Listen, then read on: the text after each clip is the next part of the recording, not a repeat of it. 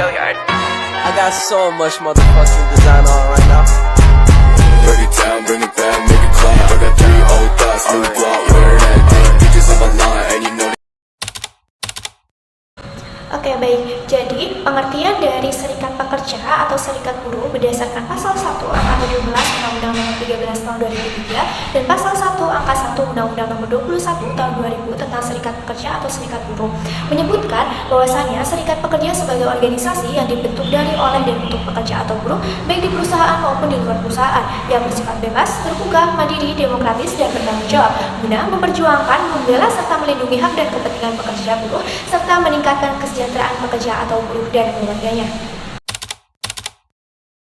Fungsi dari serikat buruh atau serikat pekerja sesuai dengan pasal 102 ayat 2 Undang-Undang Nomor 13 Tahun 2003 dalam melaksanakan hubungan industrial, pekerja dan serikat pekerja mempunyai fungsi menjalankan pekerjaan sesuai dengan kewajibannya, menjaga ketertiban demi kelangsungan produksi, menyalurkan aspirasi secara demokratis, mengembangkan keterampilan dan keahliannya, serta ikut memajukan perusahaan dan memperjuangkan kesejahteraan anggota beserta keluarganya. Dalam dunia kerja, hak buruh untuk berserikat termanifestasi melalui organisasi buruh yang dikenal dengan serikat pekerja. Hak buruh untuk berserikat pertama kali dicantumkan dalam Undang-Undang Nomor 14 Tahun 1969 tentang ketentuan-ketentuan pokok mengenai tenaga kerja yang menyebut tiap tenaga kerja berhak mendirikan dan menjadi anggota Perserikatan Tenaga Kerja. Perlindungan yang sama ditegaskan oleh Undang-Undang Nomor 13 Tahun 2003 tentang Ketenagakerjaan yang dalam pasal 104 ayat 1 menyebutkan setiap pekerja atau buruh berhak menentukan dan menjadi anggota serikat pekerja atau buruh. Mengingat pentingnya organisasi ini, pada 4 Agustus 2000, pemerintah secara khusus menerbitkan Undang-Undang Nomor 21 Tahun 2000 tentang serikat pekerja atau serikat buruh. Dalam hukum internasional, meletakkan hak setiap pekerja untuk membentuk dan menjadi anggota serikat pekerja telah ditegaskan oleh Organisasi Perburuan Internasional melalui Konvensi ILO Nomor 87 Tahun 1948 tentang kebebasan berserikat dan perlindungan hak untuk berorganisasi.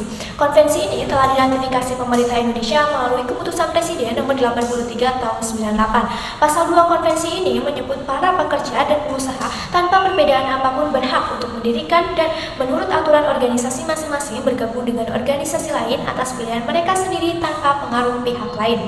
Melengkapi Konvensi 87, ILO menerbitkan Konvensi Nomor 98 Tahun 49 tentang dasar-dasar hak untuk berorganisasi dan untuk berunding bersama. Meski muncul belakangan, namun konvensi ini telah jauh lebih dahulu diratifikasi melalui Undang-Undang Nomor 18 Tahun 56 tentang pengesahan Konvensi ILO Nomor 98 mengenai berlakunya dasar-dasar hak untuk berorganisasi dan untuk berunding bersama. Pasal 1 ayat 1 Konvensi ILO 98 menegaskan buruh harus memperoleh cukup perlindungan terhadap tindakan-tindakan diskriminasi anti serikat buruh berkaitan dengan pekerjaan mereka.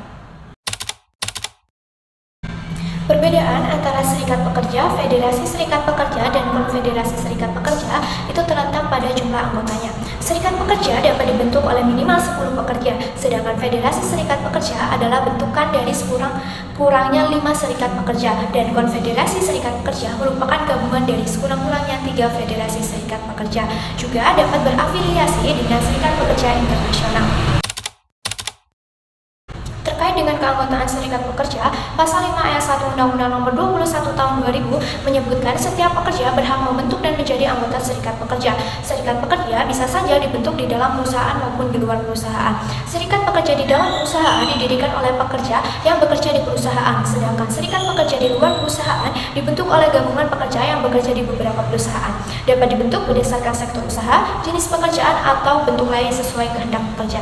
Selain itu, dalam Pasal 14 Undang-Undang Nomor 21 Tahun 2000 disebutkan pula bahwa pekerja tidak boleh menjadi anggota lebih dari satu serikat pekerja di satu perusahaan. Apabila seorang pekerja dalam satu perusahaan namanya tercatat di lebih dari satu serikat pekerja, maka yang bersangkutan harus menyatakan secara tertulis satu serikat pekerja yang dipilihnya. Selain itu, pekerja dapat berhenti sebagai anggota serikat pekerja dengan syarat adanya pernyataan tertulis. Pekerja juga dapat diberhentikan dari serikat pekerja sesuai dengan ketentuan yang tercantum dalam anggaran dasar anggaran rumah tangga serikat pekerja yang bersangkutan. Pekerja baik sebagai pengurus maupun sebagai anggota serikat pekerja yang berhenti atau diberhentikan tetap harus bertanggung jawab atas kewajiban yang belum dipenuhinya terhadap serikat pekerja. Hal ini sesuai dengan Pasal 17 Undang-Undang Nomor 21 Tahun 2000. Banyak sekali keuntungan yang didapat menjadi anggota serikat pekerja, terlebih jika serikat pekerja sudah berafiliasi ke Federasi Serikat Pekerja dan Konfederasi Serikat Pekerja. Sebagai contoh, anggota serikat pekerja akan mendapatkan program-program training peningkatan kemampuan kerja dan diri seperti pelatihan kemampuan bernegosiasi, pelatihan pembuatan perjanjian kerjasama, pemahaman gender, dan lain sebagainya. Selain itu, anggota serikat pekerja juga akan mendapat bantuan hukum saat tertimpa masalah dengan perusahaan yang berkaitan dengan hukum dan pemenuhan hak-hak sebagai pekerja. Selain itu, pekerja atau buruh yang bergabung dalam serikat pekerja mendapat perlindungan karena Undang-Undang Nomor 21 Tahun 2000 melarang siapapun untuk menghalang-halangi atau memaksa pekerja atau buruh untuk membentuk atau tidak membentuk, menjadi pengurus atau tidak menjadi pengurus, menjadi anggota atau tidak menjadi anggota, dan atau menjalankan atau tidak menjalankan keinginan serikat pekerja. Terus yang kedua, melakukan pemutusan hubungan kerja, memberhentikan sementara, menurunkan jabatan atau melakukan mutasi, tidak membayar atau mengurangi upah pekerja atau buruh dengan alasan pekerja bergabung dengan serikat pekerja atau menjalankan aktivitas serikat pekerja.